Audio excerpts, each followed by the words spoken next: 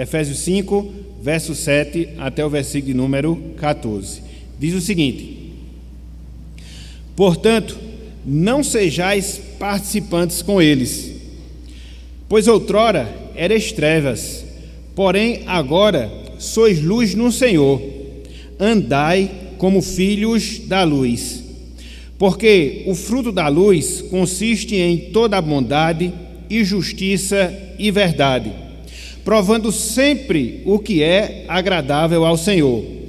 E não sejais cúmplices nas obras infrutíferas das trevas, antes, porém, reprovai-as, porque o que eles fazem em oculto, o só referir é vergonha, mas todas as coisas, quando reprovadas pela luz, se tornam manifestas, porque tudo que se manifesta é luz. Verso 14, pelo que diz: desperta, ó tu que dormes, levanta-te de entre os mortos, e Cristo te iluminará. Até aqui, até o versículo 14, que o Senhor nos abençoe e que Ele aplique a sua santa palavra em nossos corações. Amém. Amém. Meus irmãos, minhas irmãs, meus amigos, minhas amigas, a santificação é um processo. A santificação é um processo a ser desenvolvido nesta vida em todos os aspectos da nossa existência, em todos os aspectos da nossa vida no presente momento. A santificação é um processo a ser desenvolvido nessa vida em todos os aspectos, em todas as áreas das nossas vidas. Na prática, significa dizer que em todos os momentos que nós vivemos, significa dizer que em todos os lugares que porventura nós estivermos, significa dizer que com todas as pessoas com as quais nós nos relacionamos, nós temos a oportunidade dada por Deus, a oportunidade dada pelo Senhor, para quê? Para que nós nos consagremos, para que nós nos devotemos, para que nós nos santifiquemos e santifiquemos cada vez mais a Deus, cada vez mais ao Senhor. Nós não precisamos, meus irmãos, minhas irmãs, sair do ambiente em que nós estamos vivendo, para que nós tenhamos uma vida mais santa, para que nós tenhamos uma vida mais consagrada, para que nós tenhamos uma vida mais piedosa. Não, jamais. Infelizmente, esse foi o equívoco que nós observamos, sobretudo na Idade Média, quando os cristãos, de maneira equivocada, tentaram sair do ambiente da sua sociedade, do ambiente das suas vidas, se enclausurar em mosteiros, pensando que assim iriam levar vidas mais santas, vidas mais piedosas, e o efeito foi contrário. Por quê? Porque aonde nós vamos, o nosso pecado ele nos acompanha. Por isso que é desnecessário, por isso que é inútil esse tipo de procedimento, esse tipo de atitude. Por quê? Por causa da nossa afirmação inicial. A santificação é um processo que deve ser desenvolvido nesta vida, em todas as áreas da nossa vida, ao longo da nossa existência. A gente não pode negar, meus irmãos, minhas irmãs, que dentro desse processo de santificação que vivemos aqui, que dentro desse processo de santificação que nós vivemos agora, que dentro desse processo de santificação que nós vivenciamos ao longo da nossa existência aqui na terra, faz com que nós travemos uma grande luta, faz com que nós travemos um grande conflito com o mundo. Até porque, conforme nós sabemos, o mundo no qual nós estamos, ele está posto, ele jaz no maligno. E se não bastasse esse fato, se não bastasse essa realidade, existem pessoas que estão nesse mundo, dentro da sua maioria, pessoas que não experimentam da salvação, pessoas que não têm o temor de Deus, pessoas que não submetem ao Senhor e que procuram por todas as formas e por toda a força tentar travar esse desenvolvimento da nossa santidade aqui nesta vida, aqui neste mundo. Daí esse conflito, daí essa tensão, Daí esse choque, que é inevitável ao longo da nossa caminhada aqui neste mundo.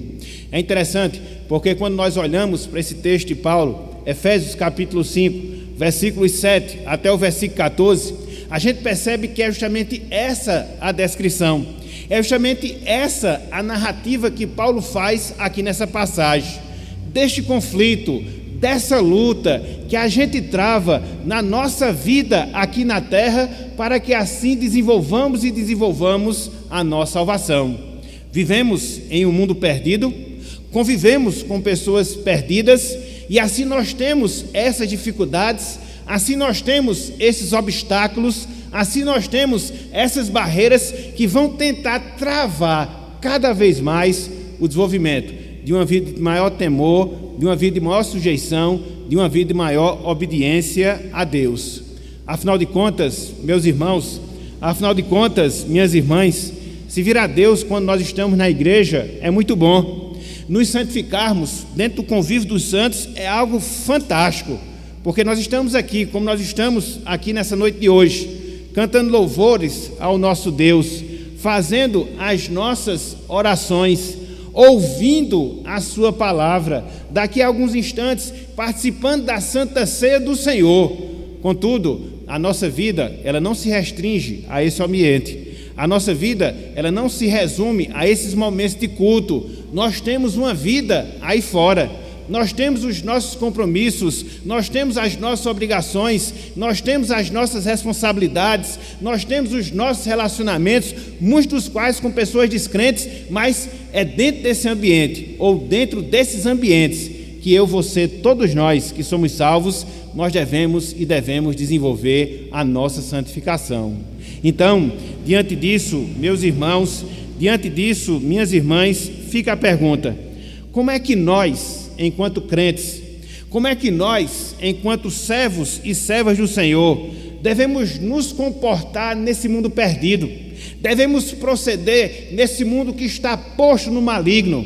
E mais, meus irmãos, minhas irmãs, como é que nós, enquanto cristãos, devemos agir com as pessoas que estão nas trevas? Sejam elas pessoas que fazem parte do nosso ambiente familiar, sejam elas pessoas que fazem parte do nosso ambiente estudantil, sejam elas pessoas que fazem parte do nosso ambiente no trabalho, sejam elas pessoas que fazem parte da nossa sociedade como um todo. Quais são as nossas atitudes? Quais são os nossos deveres? Quais são as nossas obrigações, para que dentro dessa perspectiva a gente continue cada vez mais nos consagrando a Deus, nos consagrando ao Senhor? É isto, meus irmãos, minhas irmãs, amigos e amigas, que nós iremos ver um pouco na noite de hoje. É por isso que o título do nosso sermão, é por isso que o título da nossa mensagem é Vivendo como um salvo em um mundo perdido. Vivendo como salvo em um mundo perdido. E aqui, olhando para esse texto de Paulo, Efésios capítulo 5, versículos 7 até o versículo 14, nós veremos algumas posturas que são proibidas, nós veremos algumas posturas que são estimuladas, que eu e você, todos nós, devemos considerar, para que assim nós possamos nos desenvolver no caminho da nossa santificação.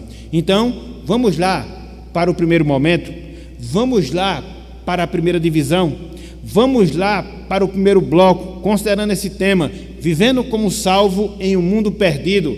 Em primeiro lugar, consideremos algumas atitudes, consideremos algumas ações, consideremos alguns procedimentos que nos são proibidos pelas Escrituras Sagradas, que nos são proibidos na Palavra de Deus, para que assim a gente possa desenvolver a nossa santificação.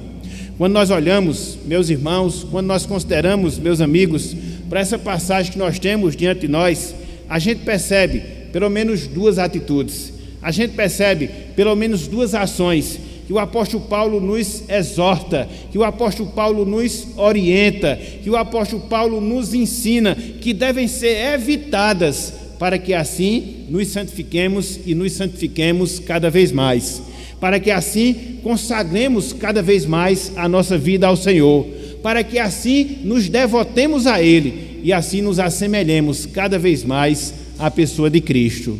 Em primeiro lugar, meus irmãos, em primeiro lugar, meus amigos, uma das atitudes proibidas pelo apóstolo Paulo aqui nessa passagem, que serve de auxílio no processo da nossa santificação, é que nós não devemos participar das obras das trevas. É que nós não devemos participar das obras das trevas. É a primeira proibição, participar das obras das trevas. Vejam aí, Efésios capítulo 5, versículos 6 e 7, mas acima de tudo, considerando o versículo de número 7.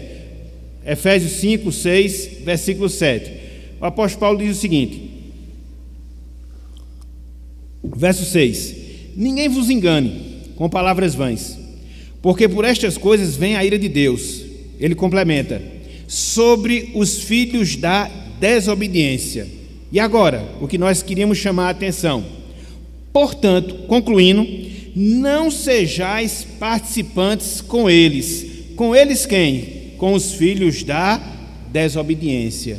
Então, aqui nesse verso, aqui nessa passagem, nós somos chamados, irmãos e irmãs, a nos abster de toda e qualquer prática pecaminosa, de toda e qualquer prática iníqua, de toda e qualquer prática que transgrida a vontade e a palavra do Senhor em relação às nossas vidas. De maneira geral, é essa a exortação que Paulo faz. De maneira geral, é essa a proibição que ele coloca sobre nós. Ou seja, que nós não pratiquemos aquelas ações que são pecaminosas, aquelas ações que são iníquas. É interessante porque essas práticas, conforme o apóstolo Paulo coloca aqui nessa passagem, elas marcam a vida daquelas pessoas que não são salvas, os filhos da desobediência, aos quais aqui ele faz menção. E é interessante nós chamarmos a atenção para a palavra participantes, que o apóstolo Paulo usa aqui nesse verso. Literalmente, essa palavra participante significa parceiro. Essa palavra participante, ela significa parceiro. Então, aqui, meus irmãos, aqui, minhas irmãs, Deus, através do apóstolo Paulo, ele está nos proibindo que nós tenhamos qualquer parceria que seja com ações que são pecaminosas, com ações que são iníquas, com ações que contrariem a palavra e a vontade de Deus em relação às nossas vidas. Se a gente voltar um pouco mais, lá para os versículos 3 até o versículo 5, a gente vai ver, conforme nós vimos na nossa última meditação, uma lista dessas ações que são proibidas por Paulo, que caracterizam os filhos da desobediência e que são aqui vedadas a nós que somos salvos. Resumidamente, quais são essas atitudes? São aquelas atitudes que envolvem imoralidade sexual, são aquelas atitudes que envolvem uma linguagem indecente, são aquelas atitudes que envolvem, de certa forma, idolatria. Então, dentro desses campos, dentro dessas categorias, o apóstolo Paulo mostra: não seja parceiro com o mundo, não seja participante com os filhos da desobediência. E a gente sabe, meus irmãos, a gente sabe, minhas irmãs, que ao longo da nossa caminhada aqui na terra, em muitos momentos, em muitas circunstâncias, nós somos seduzidos, nós somos atraídos a tomar parte dessas ações em relação ao mundo. Às vezes, a gente não precisa ir muito longe para experimentar essa triste realidade. Muitas vezes, até mesmo no convívio da nossa casa. Muitas vezes, até mesmo no relacionamento dentro do nosso lar.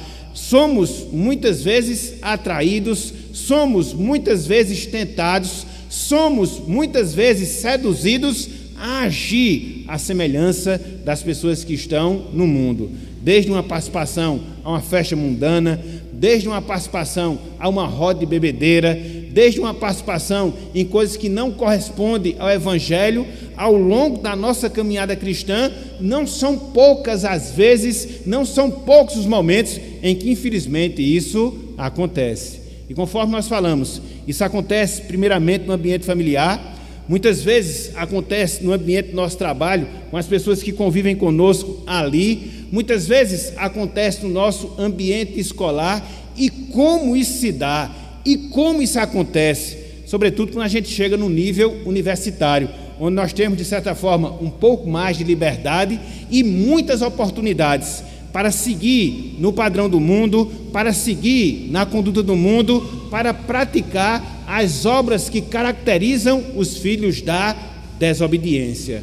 Contudo, quando nós olhamos para a palavra, quando nós consideramos as Escrituras, a gente percebe isso. Se eu, se você, se todos nós, meus irmãos, queremos desenvolver a nossa santidade, queremos ser pessoas mais piedosas, queremos ser pessoas mais consagradas a Deus, em muitos instantes a nossa palavra deve ser não. Na verdade, em todos os instantes a nossa palavra deve ser não a esses convites que muitas vezes se nos apresentam.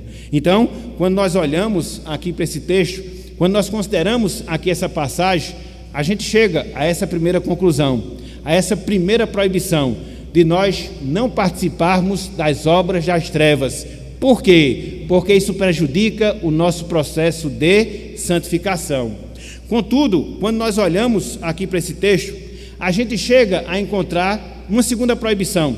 A gente chega a encontrar uma segunda ação, uma segunda atitude que é proibida por Deus através do ensino apostólico. Ou seja, nós não devemos também apoiar as obras das trevas. Então, não é somente não participar das obras das trevas, mas também nós não devemos apoiar as obras das trevas. Vejam aí o que nós encontramos no versículo 11, Efésios capítulo 5, versículo 11, somente a parte A, somente a parte inicial.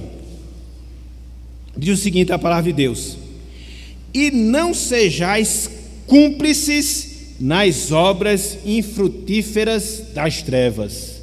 E não sejais cúmplices nas obras infrutíferas das trevas. Aqui, meus irmãos, minhas irmãs, nós somos proibidos da parte de Deus, nós somos proibidos da parte do Senhor a apoiar obras ímpias que caracterizam aqueles que estão nas trevas. Obras das trevas, como o apóstolo Paulo aqui ele faz menção. É interessante porque o apóstolo Paulo ele vai além. E conforme nós falamos agora há pouco, não só é participar, mas Deus também nos proíbe apoiar tudo aquilo que é mal, tudo aquilo que é pecaminoso, tudo aquilo que contraria a palavra do Senhor. A palavra cúmplice que o apóstolo Paulo usa aqui nesse texto, a palavra cúmplice que o apóstolo Paulo usa aqui nessa passagem, significa dar apoio indireto, significa auxiliar, significa favorecer algo ou alguém. Nesse caso aqui, dar apoio indireto, nesse caso aqui, auxiliar, nesse caso aqui, favorecer alguém a fazer o quê? A praticar as obras das trevas, a praticar aquilo que é iníquo, a praticar aquilo que é contrário à palavra do Senhor. Então, a questão de Paulo aqui é que nós não podemos, meus irmãos, nós não devemos, minhas irmãs, favorecer, apoiar, auxiliar a prática de pecados em relação aos ímpios, não só em relação a você, mas também em relação aos ímpios. Então, é esta a proibição que nós temos aqui, a proibição de auxiliar, de fazer algo que venha favorecer na vida das outras pessoas o pecado, aquilo que contraria a Deus, aquilo que contraria ao Senhor. E ao longo da nossa vida, muitas vezes a gente se depara com situações assim. Muitas vezes a gente se depara com circunstâncias dentro dessa realidade. Às vezes, até mesmo dentro do ambiente do trabalho. Quando em muitos momentos, você chega até a constatar uma determinada pessoa, um determinado funcionário, um determinado colega de trabalho fazendo aquilo que é errado. Às vezes roubando, usurpando, e você é testemunho daquelas coisas. E na medida em que você é cúmplice, não denuncia, não faz nada para mudar, você está assim, sendo cúmplice das obras infrutíferas das trevas. Então, perceba, meus irmãos, perceba, minhas irmãs, como o caminho da santidade é um caminho difícil. Como muitas vezes a gente tem que lutar com determinadas coisas, determinados comportamentos, não só nossos, mas também comportamento das pessoas com as quais nós nos relacionamos. Muitas delas que não têm o temor de Deus, muitas delas que não têm o temor do Senhor, mas que nós jamais devemos apoiá-las em suas ações, em suas atitudes que contrariem a palavra do Senhor. Essas exortações que nós temos aqui da parte de Deus, através da vida do apóstolo Paulo, elas não foram exortações aleatórias, não, muito pelo contrário. Conforme nós já falamos em meditações anteriores, os irmãos, pelo menos boa parte dos irmãos que faziam parte da igreja de Éfeso, eram irmãos que vinham do paganismo, eram irmãos que vinham do mundo e estavam vivendo agora a nova realidade em Cristo e estavam sujeitos a muitas vezes serem tentados, estavam sujeitos a muitas vezes serem seduzidos a voltarem às práticas antigas. E a grande questão é que muitas vezes nós também estamos nessa mesma sujeição. Se nós não considerarmos, se nós não atentarmos, se nós não nos preocuparmos, muitas vezes, meus irmãos, muitas vezes, minhas irmãs, nós somos enredados a fugirmos do caminho do Senhor, a desobedecermos a sua palavra e assim prejudicar o nosso processo de santificação, o nosso processo de piedade. Então, nos santificar, então, nos consagrar, então, nos devotar a Deus, é um preço que a gente deve pagar. O preço de dizer não àquilo que é externamente errado. O preço de dizer não àquilo que é abertamente pecaminoso. O preço de dizer não àquilo que muitas vezes não convém. O preço de dizer não àquilo que muitas vezes vai conduzir as pessoas no caminho do pecado. Então, é esse o cuidado que eu, você, todos nós devemos ter ao longo da nossa caminhada cristã. E não é na nossa vivência dentro da igreja, e não é na nossa vivência dentro da comunhão dos santos, mas é a nossa vida aí fora, dentro dos nossos relacionamentos, dentro dos nossos convívios, dentro das nossas atribuições. É essa realidade que nos é posta. Então, meus irmãos, minhas irmãs, sejamos corajosos, sejamos audaciosos em termos esse compromisso perante Deus, de fazer assim como fez Daniel, de nós não nos contaminarmos com as iguarias do rei, e muito pelo contrário, aquilo que é mundano, aquilo que é mal, aquilo que é odioso a Deus, nós falarmos não só em termos de ação, mas também de nós não darmos apoio para que estas coisas não nos prejudiquem no caminho da santidade, no caminho da santificação. Então, no primeiro momento, o que é que nós temos aqui nesse texto? No primeiro instante, o que é que nós encontramos aqui nessa passagem? Essas proibições da parte do apóstolo Paulo, de nós não participarmos das obras das trevas, de nós não apoiarmos as obras das trevas. Contudo, existe um segundo ponto. Contudo, existe uma segunda divisão, ou seja, algumas atitudes que são exigidas da parte de Deus através do apóstolo Paulo. Para quê? Para que nós nos santifiquemos. Para quê? Para que nós nos devotemos cada vez mais ao Senhor. Foi aquilo que a gente já falou em mensagens anteriores. A santificação é uma moeda de duas faces. De um lado, a gente tem que evitar determinadas coisas. De um lado, a gente tem que dizer não a determinadas atitudes. Contudo, há um segundo lado, de atitudes que devem ser cultivadas, de ações que devem ser desenvolvidas, para que assim a gente possa seguir no caminho da santidade. Alguém já disse que nesse sentido a santificação é uma vida de duas mãos. Significa você dizer não para aquilo que é pecaminoso, significa você dizer sim para aquilo que é virtuoso. E é isto que o apóstolo Paulo ele vai falar aqui também nessa passagem. Ele vai nos chamar a atenção para pelo menos 3 ações. Ele vai nos chamar a atenção para pelo menos 3 atitudes que devem ser vistas em nós. Para quê? Para que nós prossigamos na santificação. A primeira delas, meus irmãos, a primeira delas, meus amigos, é que nós devemos andar como filhos da luz.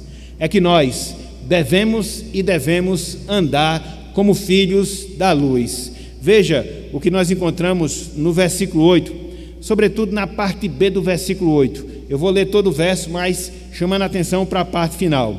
Ele diz, verso 8: Pois outrora erais trevas, porém agora sois luz no Senhor. Veja, andai como filhos da luz. Andai como filhos da luz. Aqui nesse trecho, nessa parte final do versículo 8, nós somos exortados, irmãos e irmãs, a viver a nova vida que Cristo adquiriu por nós, ou para nós. Nós somos exortados a viver a nova vida que Cristo adquiriu e adquiriu para nós. O andar ao qual o apóstolo Paulo faz menção dá justamente essa ideia, assume justamente essa conotação. Significa viver um estilo de vida, significa desenvolver uma conduta, significa desenvolver um comportamento. O andar aqui não significa necessariamente o verbo de você se deslocar para um lugar, mas sim de você desenvolver um estilo de vida, um comportamento, um padrão no seu viver aqui na terra. E o que é que nós devemos fazer? Paulo diz, nós devemos andar como filhos da luz. Nós devemos vivenciar esse padrão. Nós devemos desenvolver essa vida, essa nova vida que Cristo ele nos proporcionou através da nossa salvação. São realidades distintas, meus irmãos, minhas irmãs, a que nós vivemos agora. Antes de nós sermos salvos, como o apóstolo Paulo aqui fala, na primeira parte do versículo 8, nós éramos trevas, porém agora nós somos luz no Senhor. Existe uma ligação agora entre nós e Cristo. Cristo é a luz. E uma vez que nós estamos em Cristo, nós agora somos a luz. De certa forma, essa luz corresponde a uma vida de santidade, a uma vida de justiça, a uma vida de piedade. E é esse andar, é esse proceder que deve ser visto agora nas nossas vidas.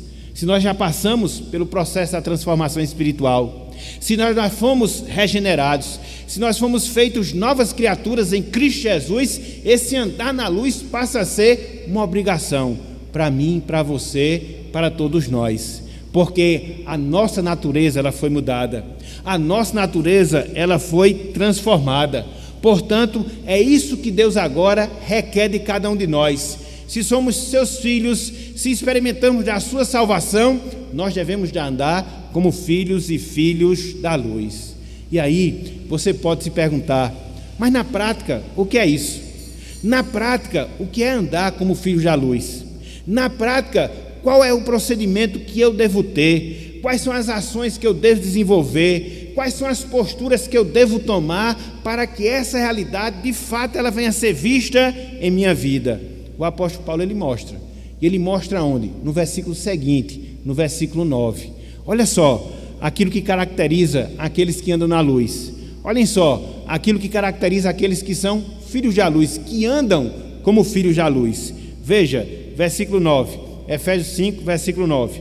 O apóstolo Paulo diz: porque o fruto da luz, veja, consiste de toda bondade e justiça e verdade.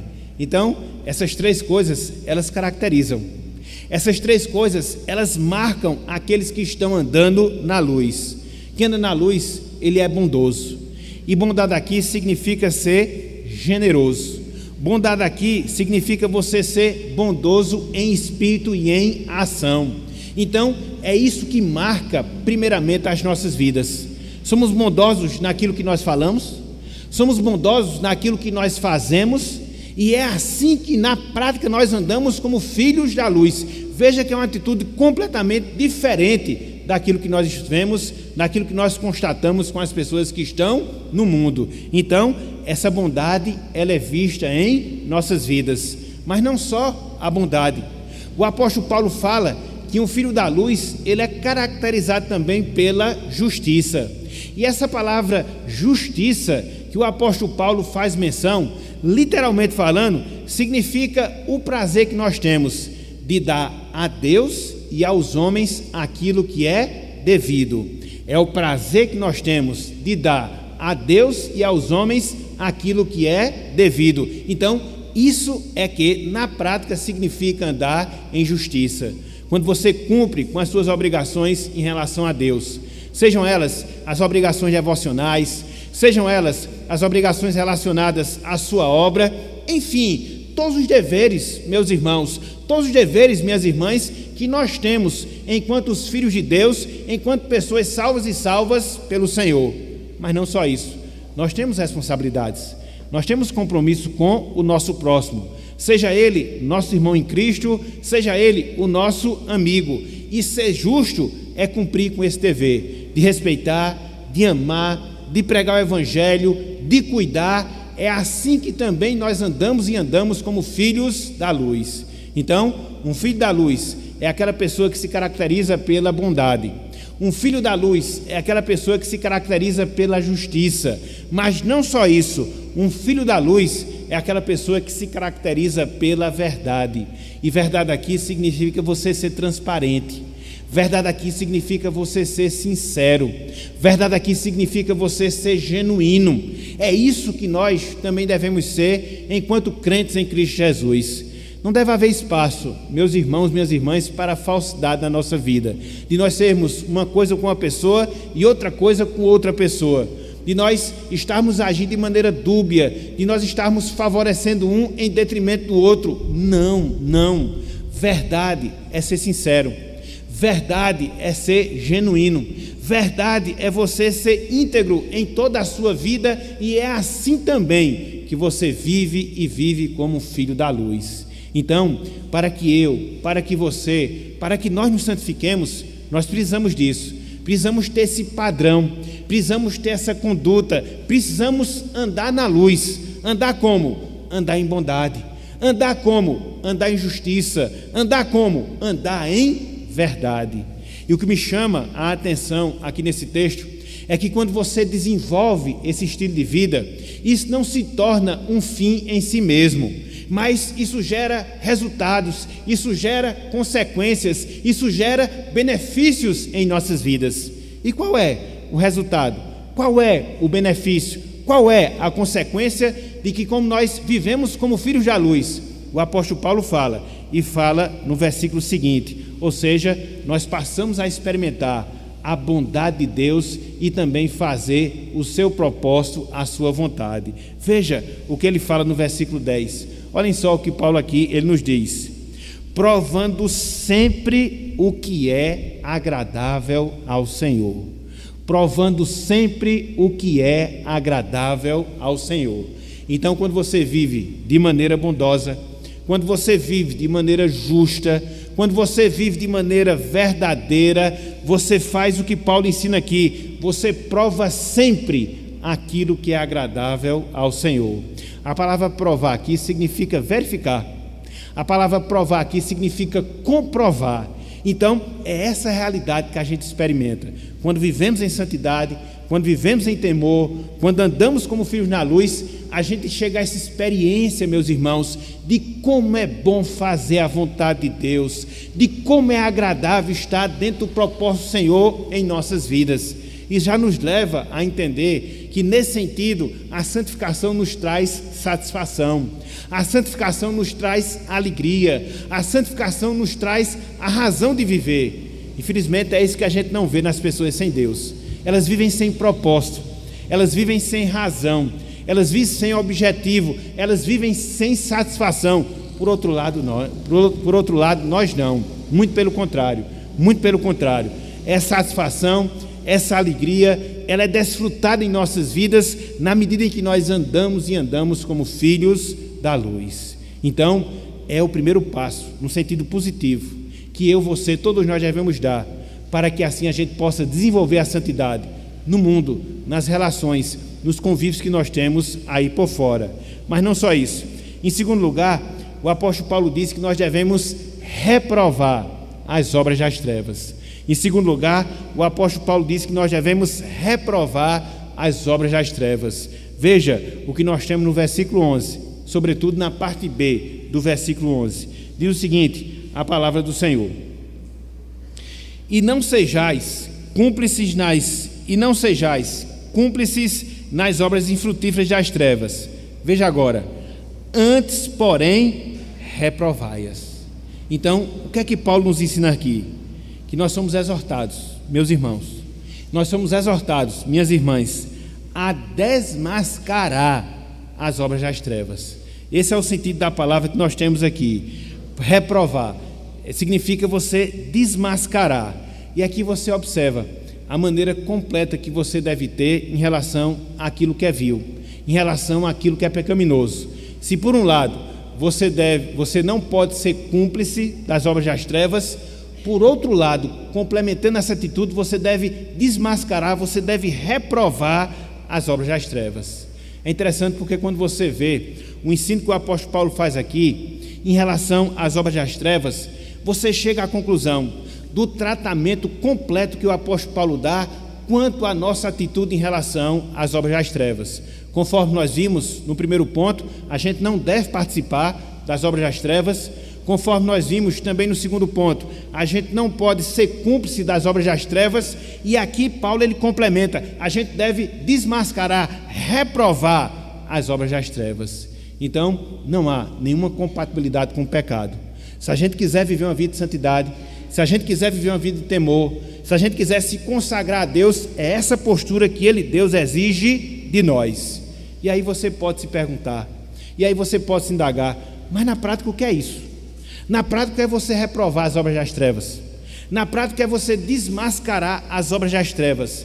Será que a gente deve viver como um chato de galocha, sempre apontando os erros, sempre apontando as falhas, sempre apontando os pecados das pessoas para que isso se dê na nossa vida? Não, meus irmãos, não, minhas irmãs. Até porque, como o próprio apóstolo Paulo vai falar um pouco mais adiante, há determinadas ações, há determinadas práticas, há determinadas atitudes que as pessoas que estão no mundo cometem, que nós não devemos nem ao menos referir, porque o só referir é vergonhoso. É o que ele ensina no versículo número 12. Por isso ele diz, em relação a essas obras das trevas que devem ser reprovadas, porque o que eles fazem oculto, veja, o só referir é vergonha. Então há determinadas atitudes, há determinadas ações que nem ao menos nós devemos falar, porque o simples falar, ele é vergonhoso. Mas aí você fica a se perguntar: então como é que a gente vai reprovar? Então como é que a gente vai desmascarar? Simples, tendo uma conduta santa. Simples, tendo uma conduta piedosa. Simples, tendo uma conduta obediente a Deus. Muitas vezes, meus irmãos, muitas vezes, minhas irmãs, a gente precisa simplesmente ser aquilo que a gente deve ser. A gente precisa tão somente obedecer ao Evangelho. A gente precisa ter somente uma atitude que seja santa. E naturalmente a gente vai desmascarar a atitude ímpia por parte das pessoas que não têm Deus, por parte das pessoas que não têm salvação. Talvez seja por isso que os incrédulos, eles tanto nos odeiam em relação a isso aí. Porque na medida em que você vive uma vida de piedade, na medida em que você vive uma vida de consagração, você está, através da sua ação, denunciando o pecado dele. Você está apontando, como a gente fala na linguagem popular, o dedo na sua ferida, da sua desobediência, da sua obstinação, da sua contrariedade à vontade do Senhor. Então, por isso, muitas vezes, o mundo nos repulsa. Por isso, muitas vezes, o mundo desdenha de nós. Por isso, muitas vezes, as pessoas nos perseguem. Por quê? Pelo simples fato de podermos viver o Evangelho. Porque é no viver o Evangelho que a gente denuncia a condição pecaminosa daquelas pessoas que estão sem Deus. E é isto que o apóstolo Paulo fala. É isto que o apóstolo Paulo ensina aqui na sequência. Veja o que ele fala no versículo 13. Efésios capítulo 5, versículo 13. Olhem só o que ele diz aqui, dentro desse contexto de você reprovar, de você desmascarar as obras das trevas. Ele diz: mas todas as coisas, quando reprovadas pela luz, se tornam manifestas, porque tudo que se manifesta é luz. Então, se você vive como filho da luz, você vai mostrar as obras infrutíferas das trevas. Não tem como ser diferente. Não tem como ser diferente. Então, é assim que eu, é assim que você, é assim que todos nós, meus irmãos, reprovamos as trevas. Simplesmente tendo uma atitude santa, simplesmente tendo uma atitude piedosa, simplesmente tendo uma atitude que venha a ser consagrada e consagrada a Deus. Vamos desmascarar aqueles que vivem em rebeldia, aqueles que vivem contrariamente à vontade do Senhor. Então, dentro do nosso processo de santificação, a gente também tem que fazer isso. De um lado, a gente tem que viver como filho da luz, e por outro lado, nós devemos reprovar as obras das trevas. Mas não só isso. Em terceiro lugar, nós devemos nos despertar das obras das trevas. Em terceiro lugar, nós devemos nos despertar das obras das trevas. Veja o que nós encontramos no versículo 14, Efésios capítulo 5, versículo 14. Acompanhe aí na sua Bíblia. Diz o seguinte: pelo que diz: desperta, ó tu que dormes, levanta-te dentre os mortos, e Cristo te iluminará. Aqui nesse texto, nós somos exortados a deixar as obras das trevas e a viver como filhos da luz. Quando nós vemos aqui essa passagem, nós encontramos algumas dúvidas quanto a essa citação. Será que Paulo ele estava citando algum texto no Antigo Testamento para que assim ele pudesse falar essas palavras que nós temos aqui? Ao que tudo indica, sim. O texto de Isaías, capítulo 60, versículo 1. Mas não só isso.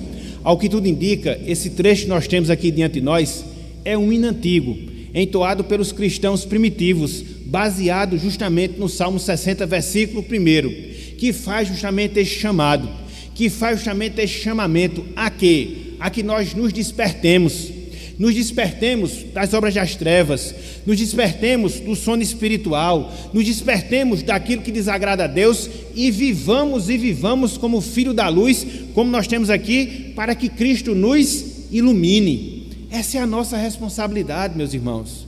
Essa é a nossa responsabilidade, minhas irmãs. Nós fomos salvos para fazermos diferença. Sim, fazermos diferença desse mundo perdido, fazermos diferença desse mundo que jaz no maligno, fazermos diferença desse mundo que está posto nas trevas. E como é que a gente faz essa diferença? Vivendo como filhos da luz. O apóstolo Paulo aqui exorta os Efésios justamente nesse sentido. Se despertem, meus irmãos, acordem, minhas irmãs, deixem essas práticas das trevas, deixem essas práticas carnais, vivam a novidade do Evangelho para o qual Cristo salvou a cada um de vocês.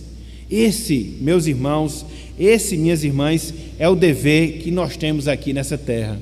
Devemos estar sempre despertos, devemos estar sempre acordados, devemos estar sempre atentos a viver de conformidade com o Evangelho, a seguirmos o padrão que Deus estabelece para nós, para que assim, somente assim, a gente possa desenvolver a santidade em nossas vidas. Então, são 3 ações bem práticas que o apóstolo Paulo aqui nos ensina, que nós devemos andar como filho da luz, que nós devemos reprovar as obras das trevas, que nós devemos despertar das obras das trevas. E quando você considera essas exigências, quando você considera essas obrigações, você chega a uma conclusão que é inevitável. E que conclusão é? A necessidade, meus irmãos, a necessidade, minhas irmãs, que eu, que você, que todos nós temos da graça divina, para que a gente possa se sujeitar a essa realidade de vida que o apóstolo Paulo nos exorta aqui nessa passagem. Nós temos a nossa luta, e a nossa luta se inicia com nós mesmos, com a nossa natureza, com a nossa carne. Se não bastasse isso, com o diabo, que é o nosso arqui-inimigo, se não bastasse isso, com o mundo, com seus sistemas de valores e pensamentos opostos ao Evangelho, então, para que a gente possa desenvolver a nossa santificação, a gente precisa de graça, a gente precisa de favor imerecido, a gente precisa do fortalecimento do Espírito Santo no nosso coração, para que assim nós sejamos capacitados a viver essa nova realidade de vida. Inclusive, será tema da nossa própria meditação, uma vida cheia do Espírito que eu, você, todos nós devemos ter. Então, é essa necessidade, é essa a carência que nós temos da graça divina, da graça de Deus, dos meios de graça, quer seja através da palavra para fortalecer a nossa fé, quer seja da oração para nos revigorar espiritualmente, quer seja da Santa Ceia para nos fortalecer espiritualmente, para que assim, somente assim, a gente possa viver como filho da luz, a gente possa desmascarar as obras das trevas, a gente possa se despertar das obras das trevas. Então, é o roteiro, irmãos e irmãs, que o apóstolo Paulo nos dá aqui nessa passagem. Então, nessa noite de hoje, o que foi que nós vimos? O que foi que nós consideramos? Nessa passagem nós temos diante de nós pelo menos 5 passos. 5 passos básicos para nós desenvolvermos a vida de santidade. 5 passos básicos para nós desenvolvermos a santificação em nossas vidas. Em primeiro lugar, nós não devemos participar das obras das trevas. Em segundo lugar, nós não devemos ser cúmplices das obras das trevas. Em terceiro lugar, nós devemos andar como filhos da luz.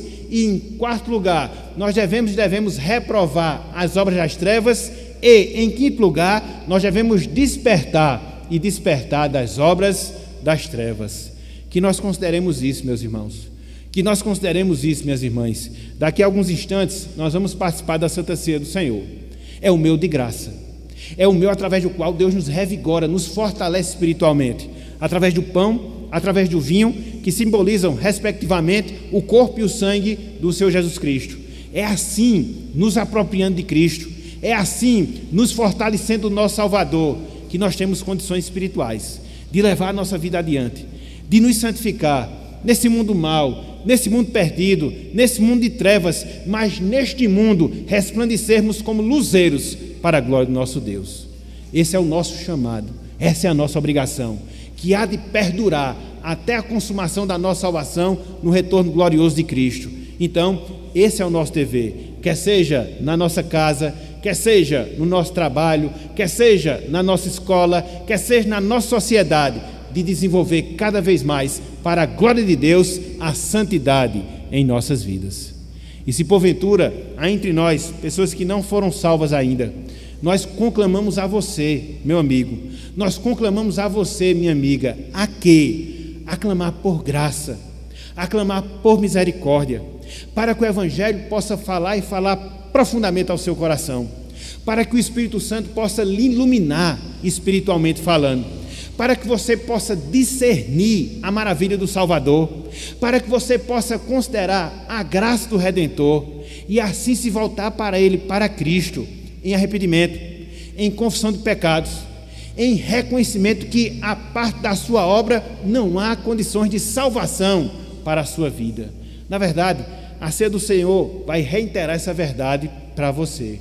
Na medida que você observar, nós estamos participando da Santa Ceia, comendo do pão, bebendo do vinho, você vai entender que a parte do sacrifício de Cristo não há redenção para a sua vida. Portanto, clame, peça, suplique, coloque-se diante de Deus em humilhação, em prostração, para que a mensagem do Evangelho possa penetrar no seu coração e, como Paulo diz aqui, que você possa despertar dentre os mortos, para que Cristo ilumine a sua vida. Portanto, meus irmãos, minhas irmãs, meus amigos, minhas amigas, que Deus nos abençoe, que Ele aplique a sua palavra em nossos corações e que nós consideremos com seriedade a necessidade de cada vez mais viver a santidade ao longo da nossa vida e em todos os seus aspectos, para a glória do nome do nosso Deus. Que Ele nos abençoe. Amém.